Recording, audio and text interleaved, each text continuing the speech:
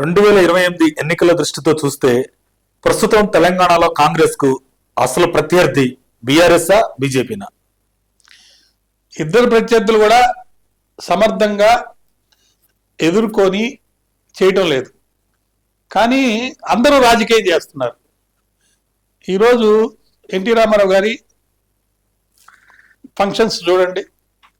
కాంగ్రెస్ వాళ్ళు రామారావు గారి స్టాచ్యూని ఇప్పుడు రిలీజ్ చేయబోతున్నారు, అంటే అన్వీల్ చేయబోతున్నారు. ఎవరు మాట్లాడరు. ఒక గవర్నమెంట్ స్థలం రోడ్డు మీద చేస్తున్నారు. అది దానికి ఎందుకు పర్మిషన్లు ఇచ్చారు? రాజకీయంగా మొన్న ఎలక్షన్స్లో ఇక్కడ మేము అది ఏర్పాటు చేస్తామని కమ్మ వాళ్ళ మద్దతు కోసం చేసిన ఒక ప్రక్రియ. బీజేపీ వాళ్ళు ఏం మాట్లాడటం లేదు. ఎందుకు మాట్లాడటం లేదంటే ఆంధ్రాలో మన చంద్రబాబు నాయుడు గవర్నమెంట్కి సపోర్ట్ ఉంది. చంద్రబాబు నాయుడు వాళ్ళు ఆయన అది గద్దె దించింది వీళ్ళే, కానీ మా నాయకుడు అని చెప్పి వాళ్ళు చెప్తున్నారు. పవన్ కళ్యాణ్ వాళ్ళు మాట్లాడరు. కేసీఆర్ వాళ్ళు కూడా మాట్లాడారు. ఎందుకంటే కేసీఆర్ ప్రభుత్వంలో లేకపోతే కేసీఆర్ పార్టీలో ఎక్కువ మంది గతంలో ఇంక్లూడింగ్ కేసీఆర్తో సహా తెలుగుదేశంలో వచ్చిన వాళ్ళే. కాబట్టి రాజకీయంగా చూస్తే 2028కి అనేక మార్పులు చేర్పులు కూర్పులు జరుగుతాయి. కొంతమంది సినీ నటులు చెన్నై ఎక్స్పీరియన్స్ తోటి డబ్బులు ఖర్చు పెట్టకుండానే మీకు ముఖ్యమంత్రి పదవి వస్తుందని ఎలా చేయాలని ఒక ఆలోచనలో కూడా ఇక్కడ ఉన్నారు.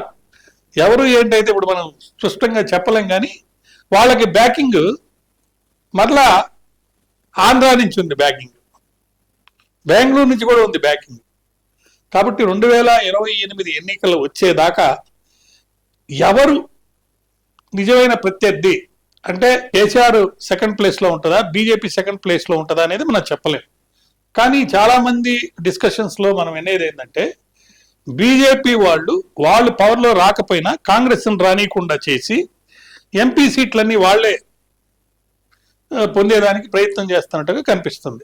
అయితే ప్రస్తుతానికి సెకండ్ ప్లేస్ అంటూ మీరు అడిగితే అది కేసీఆర్ అని చెప్పాలి, బీజేపీ మాత్రం కాదు. ఇక వామపక్షాల సంగతి తెలిసిందే, అవి తుడుచుకొని వెళ్ళిపోయినాయి. కాబట్టి కేసీఆర్ సెకండ్ ప్లేస్లో ఉన్నారు, థర్డ్ ప్లేస్లో బీజేపీ ఉన్నట్టుగా నేను చెప్తున్నాను. మరిన్ని అప్డేట్స్ కోసం మా కాయ్ టీవీని సబ్స్క్రైబ్ చేసుకోండి. మా వీడియో కనుక మీకు నచ్చినట్లయితే లైక్ చేయండి, షేర్ చేయండి. మీ విలువైన అభిప్రాయాలను కామెంట్ బాక్స్లో తెలియజేయండి.